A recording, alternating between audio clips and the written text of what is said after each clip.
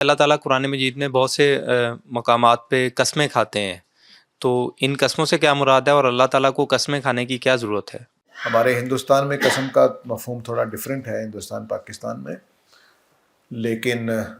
باقی قوموں کے ہاں اور عربوں کے ہاں قسم کا مفہوم تھوڑا سا ڈیفرنٹ ہے۔ ہمارے ہاں بہت کم اس معنی میں ہوتی ہے، قسم آتی اس معنی میں ہمارے ہاں بھی، لیکن بہت کم۔ زیادہ تر ہم مقدس چیز کی قسم کھاتے ہیں، ایرانی بھی، ہندوستانی اور پاکستانی بھی، ہم مقدس چیز کی قسم کھاتے ہیں اس تاثر کے ایمان کی وجہ سے ہم سچ بول رہے ہیں،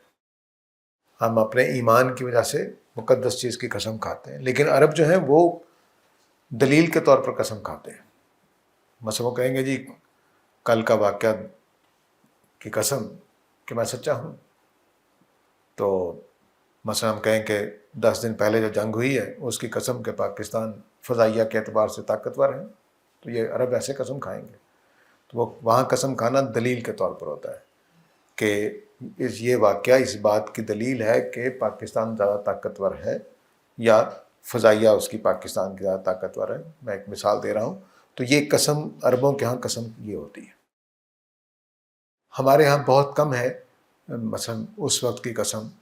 یعنی وہ وقت گواہی دیتا ہے کہ ایسا ہوا تھا، وہ وقت دلیل بنتا ہے۔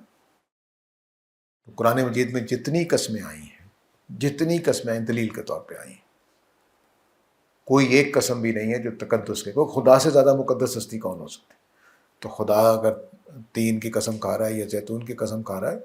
تو یہ دلیل کے طور پر کھا رہا ہے، نہ کہ مقدس ہونے۔ لوگوں نے اس کے اندر بڑے معنی پیدا کیے کہ وہ جنت کے پھل ہیں، اس میں بڑی شفا ہے، اس میں یہ ہے، وہ ہوگا، اس کا کوئی مسئلہ نہیں ہے، لیکن قسم اس وجہ سے نہیں کھائی گئی۔ تین اور زیتون مثلا 2 پہاڑوں کے نام ہیں، ان کے اوپر حضرت عیسیٰ کی دعوت کا معاملہ شروع ہوا اور اتمام حجت کا وہاں پہ معاملہ ختم ہوا، تو وہ اس کی طرف حوالہ دیا گیا کہ تین اور زیتون پہ اور طور سینا پہ جو حضرت موسیٰ کی پہاڑ ہے، اور حاذ البلد الامین اور مکہ معظمہ اس بات کی گواہی دیتے ہیں کہ اللہ تعالیٰ اپنے رسولوں کو بھیجتے ہیں، اس کے نتیجے میں انکار کرنے والوں کو سزا ملتی ہے۔ سر، حدیث میں جو ہمیں حکم ملتا ہے کہ اللہ تعالیٰ کے علاوہ کسی اور کی قسم کھانا جائز نہیں ہے، اس سے پھر کیا مراد ہے؟ وہ اس معنی میں قسم ہے جو تقدس کے لحاظ سے کھائی جاتی ہے، وہ شرک ہو جائے گا۔ اس میں آپ نے آگے اگلی بات یہ کی، وہ شرک ہو جائے گا، تو وہ تقدس جو دینا ہے وہ صرف خدا کو دیا جائے گا۔ اور سر، خدا سے جڑی جو چیزیں ہیں جو خدا کی طرف ہی منسوب ہیں، جیسے قرآن مجید ہے یا بیت اللہ ہے، تو کیا ان کی قسم بھی نہیں کھائی جا سکتی؟ آپ بہتر ہے کہ نہ کھائیں، لیکن ایک قسم کھانے کا مطلب ہے کہ آپ نے حاضر ناظر مان کے اللہ گواہ ہے کہ میں سچا ہوں،